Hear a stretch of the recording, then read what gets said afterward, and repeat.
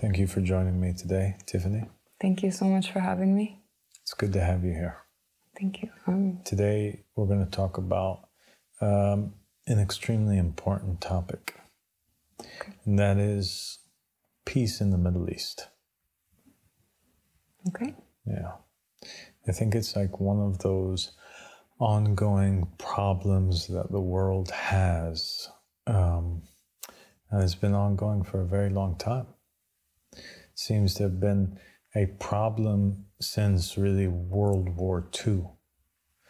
And it began with the establishment of the State of Israel.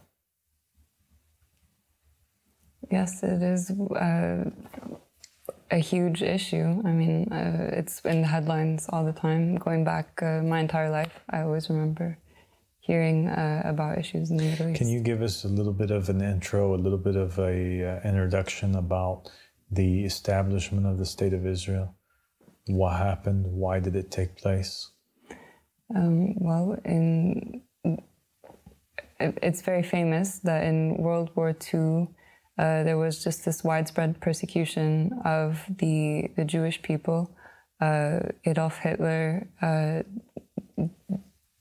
decided that he was going to build the Third Reich in Germany, and he was rounding up the Jewish people and putting them in internment camps and persecuting them to the extent that it created, the very famous event of the Holocaust, which basically everyone has heard about. And it created World War II. This is what prompted World War II. And after World War II, the nations came together and they basically established that there should be a state for these people who have been so oppressed.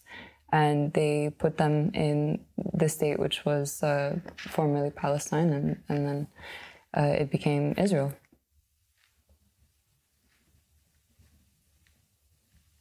So basically, when we look at it from a biblical standpoint, let's rewind and go back thousands of years. Okay, so what is the claim that the Jews have to the land of Israel? This land, what is the claim? It's the land that God gave to Abraham, and he promised that this land would belong to Abraham and his descendants. Yeah, so basically in the Bible, in the Old Testament, God establishes a covenant with Abraham. Mm-hmm. And he tells Abraham that he's going to bless him, and he's going to make from him a large nation, and he's going to establish for them or give them this land. And the land that he gives to Abraham and his descendants is specifically what? From the Nile to the Euphrates. And by the way, the Palestinians, they claim that that's the hidden meaning behind the current flag of Israel. Because it has these two blue stripes. Mm-hmm. So they claim that the two blue stripes are the two rivers, right? The Nile and the Euphrates. And everything in between the Nile and the Euphrates is Israel, with the Star of David in the middle of it. And the Israelis don't really state that that's what it means, but the Palestinian state, that's absolutely what it means, and that they have plans to expand their state and eventually to that the state of Israel would be actually from the Nile River in Egypt all the way to the Euphrates in Iraq. So then what happens? So God gives this land to Abraham, but Abraham is just him and his family. There are not a lot of people, so it takes many generations to come. And then what takes place? Basically, we fast forward, and we're in the time of Moses. The Israelites are many. They become 600,000. It's a thriving community in Egypt. And then Moses leads them out of Egypt towards the Promised Land. Mm-hmm. But the Israelites in the Quran and the Israelites in the Torah, in the Old Testament, they're complaining all the time. They don't really believe in Moses. They don't have good faith at all. And so what happens? So God delays their entrance into the promised land because they don't even want to go in there and fight. They're afraid. They don't really believe that God's going to give them victory. So after the older generation kind of dies out, it's up to Joshua, the son of Nun, and the children, who are now adults with Joshua, to enter into the promised land. And that's exactly what they do. And they go in by force. God's with them. And they conquer all of the Philistines, all the Palestinians that are living in that area at that time. And God's promise is fulfilled. Right? Yes. And then they establish a great kingdom, the likes the world has never seen before. And Judaism, Christianity, and Islam, they all agree on that. They all agree that Joshua was a prophet. They all agree that David was a prophet. Solomon was a prophet. Solomon was given a kingdom the likes of no other, right? Yes. And Israel is thriving. And God's with them. Mm-hmm. But then at certain points in their history, they start doing really bad things. They start disbelieving. They start worshiping other gods. They start killing their prophets and their messengers. And that leads them actually to earn the wrath or the anger of God. And basically God kicks them out into exile. He supports invading forces. He supports tyrants to come in and wipe out Israel. So God goes from being with Israel to being against Israel and supporting the enemy. And they lose their kingdom. And they go into exile. They're captured by who? The first time. Do you remember who they're captured by? The Babylonians. The Babylonians. The Babylonians. Nebuchadnezzar.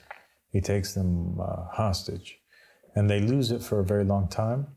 And then what happens? Then at some point in time, they regain the land of Israel again. They repent, and they spend many years repenting and asking God to forgive them, and they listen to their prophets and the messengers, and eventually God would send a righteous king like Cyrus or one of these guys to help them rebuild the temple. Yeah. And then Israel thrives once more. Until what happens? Until the coming of their Messiah, Jesus. And that's, I guess, where the beginning of the disagreement takes place between Jews, Christians, and Muslims. The Jews don't acknowledge that Jesus was the Messiah. And so they arrest him. And they crucify him in the apparent, right? Mm-hmm. And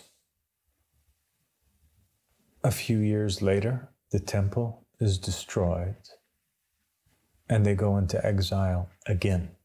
Yes. But this time for a very long exile, Tiffany, that lasts like almost 2,000 years. Yes.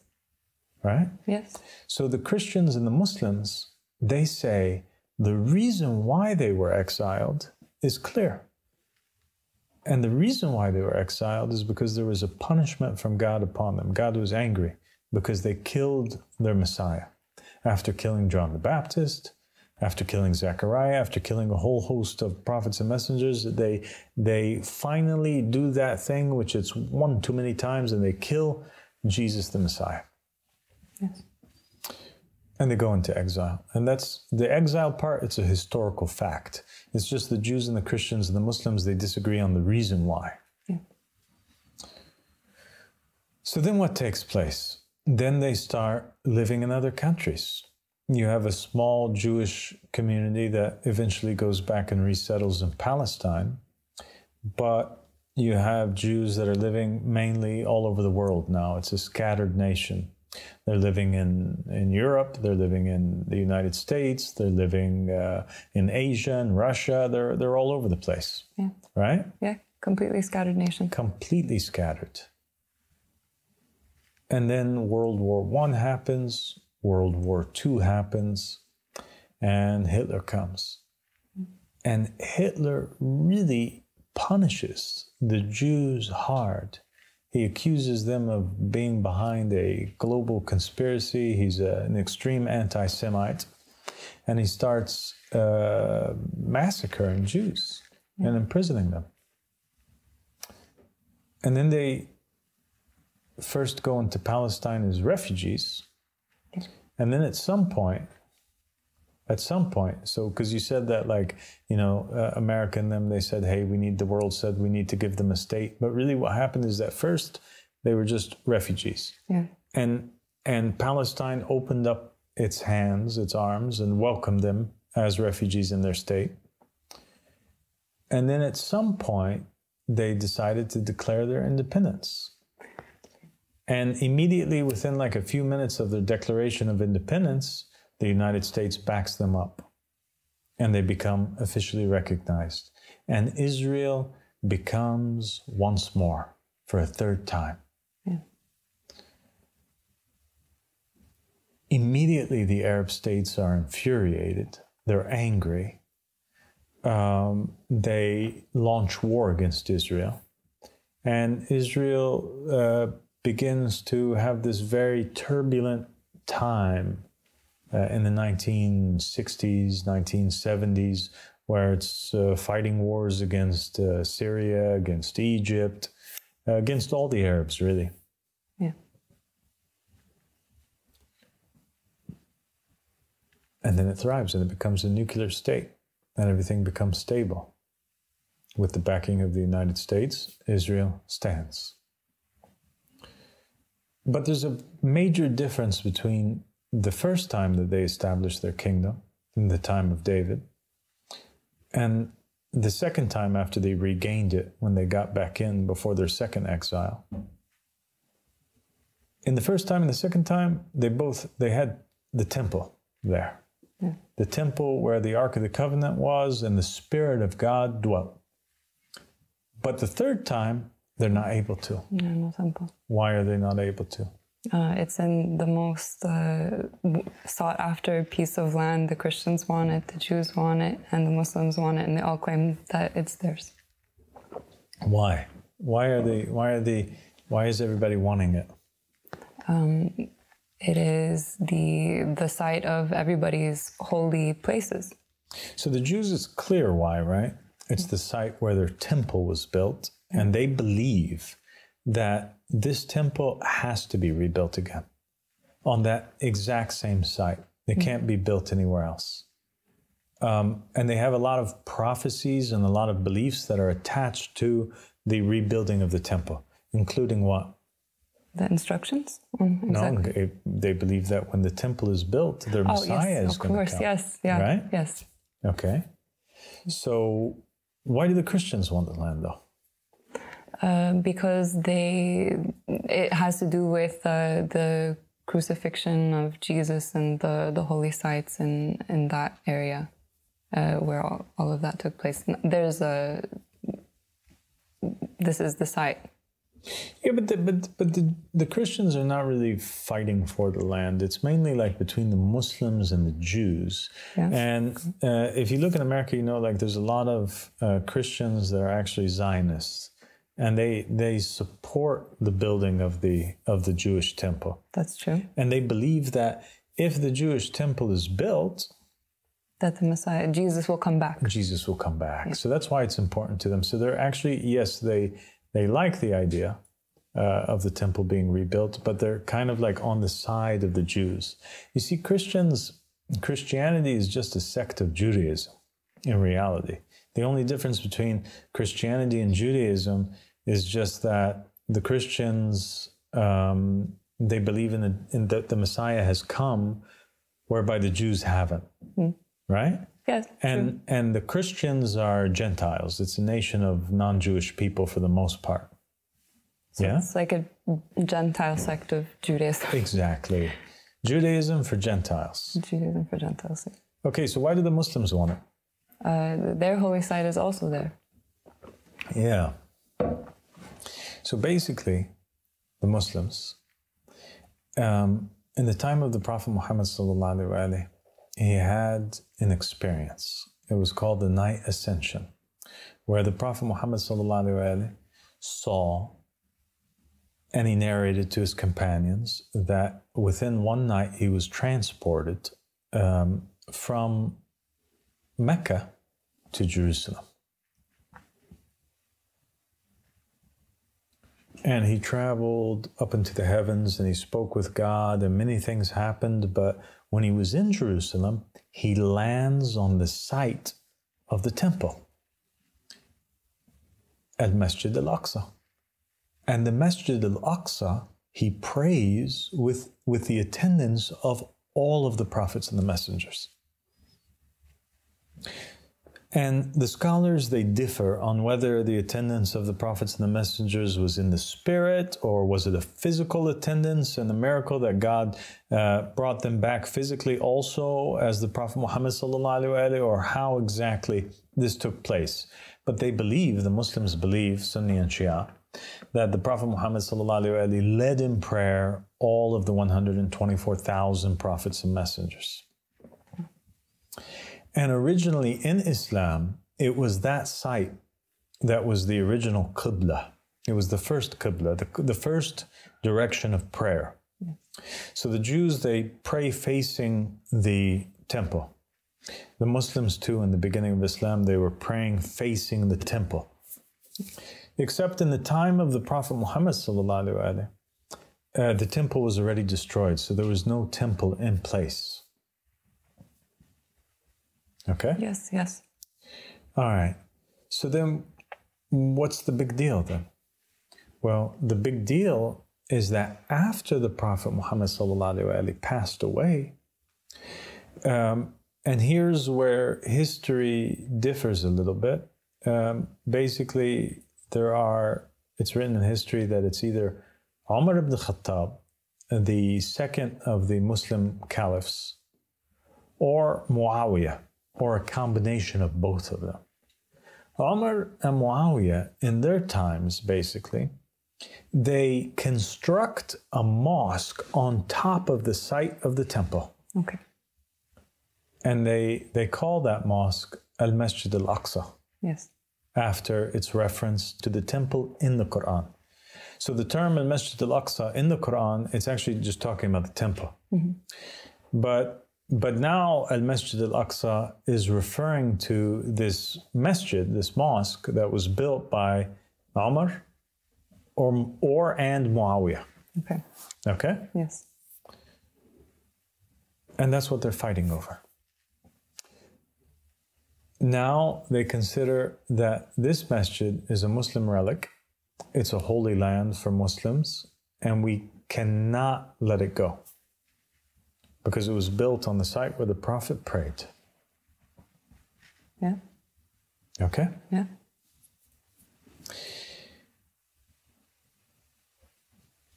And so because of that, because of the importance of Jerusalem, because of the site of the temple, since the establishment of the State of Israel and until today, you have almost on a daily basis violence taking place between one group of human beings and another, between Muslims and Jews. Yeah. Jews shooting at Muslims, Muslims bombing Jews, Jews killing Muslims, Muslims killing Jews. Over what? Over the fact that in each one's religious book, they believe that God wanted this land to be for them. Yeah. Yeah, that's a promise. And this has been like the very huge, big political problem that all of the US presidents and all of the leaders of the nations have been trying to solve. And all the politicians, they've been trying to solve this thing, and they haven't been able to reach a solution. No, they haven't. They've come up with proposals, but usually all the proposals were rejected. And now there's violent expansions, illegal settlements that are taking place. There's been many wars that have happened between the Palestinians and the Israelis. And it's a horrible thing. There's women, there's children, there's innocent men that are dying. Yeah. They basically live in a state of war all the time. They live in a war zone all the time. Do you know some of the proposals that they've come up with? I'm not familiar with many details, no, on these proposals.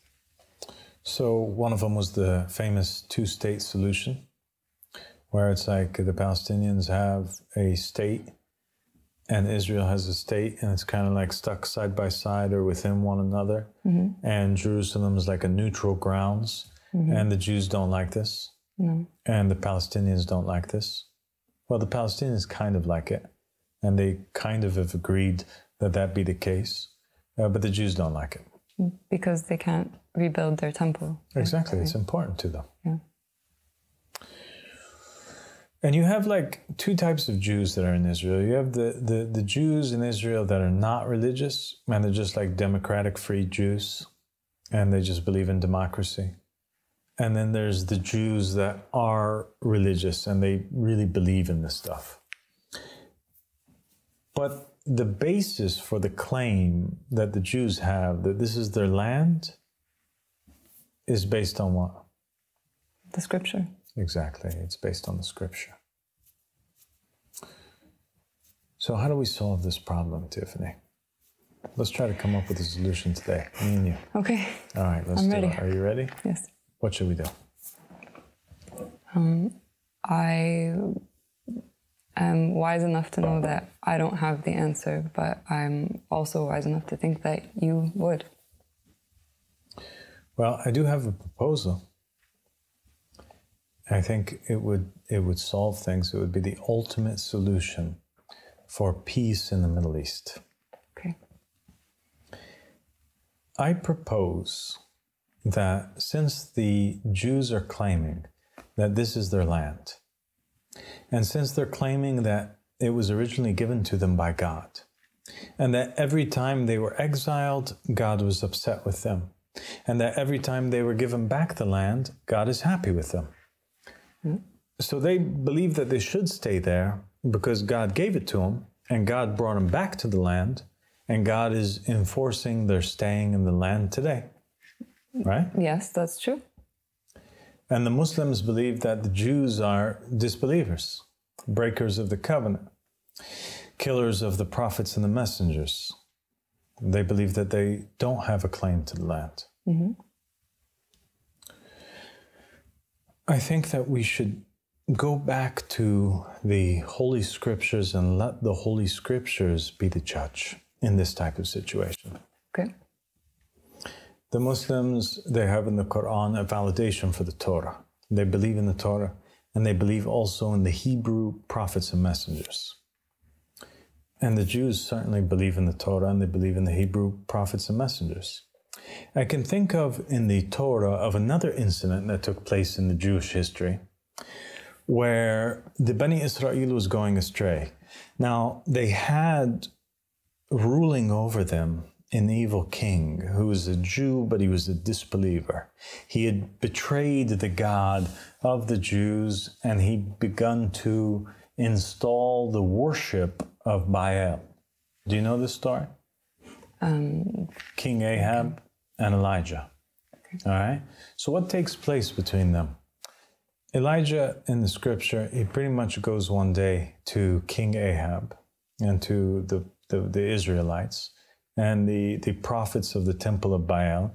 And he says, guys, for how long are you guys going to walk back and forth confused, unable to decide if it's this or if it's this, right?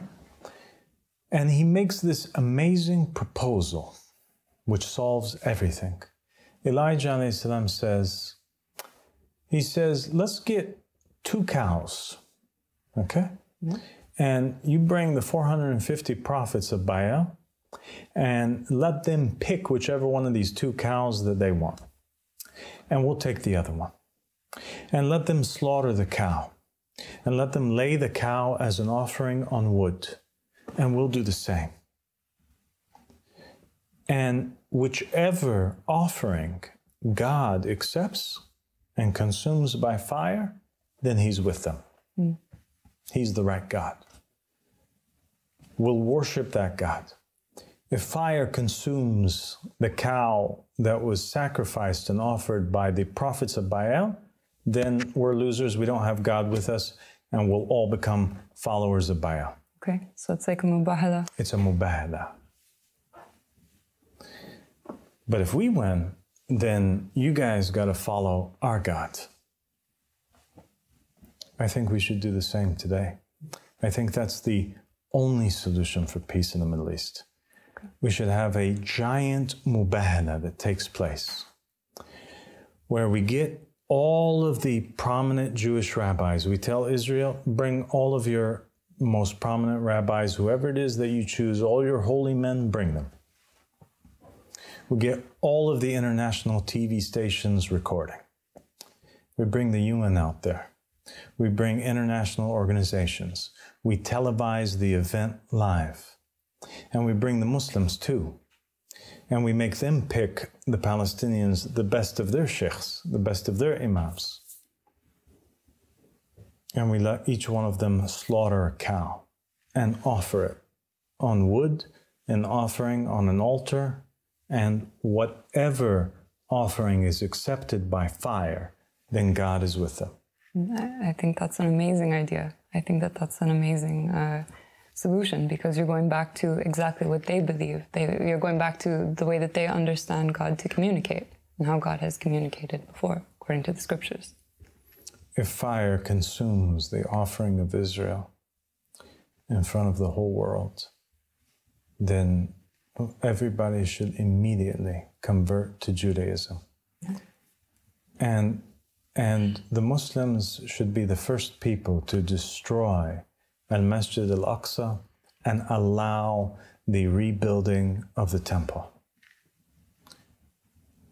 And if it's not, though, accepted, and the offering of the Muslims is accepted, well, then the Jews have to review themselves.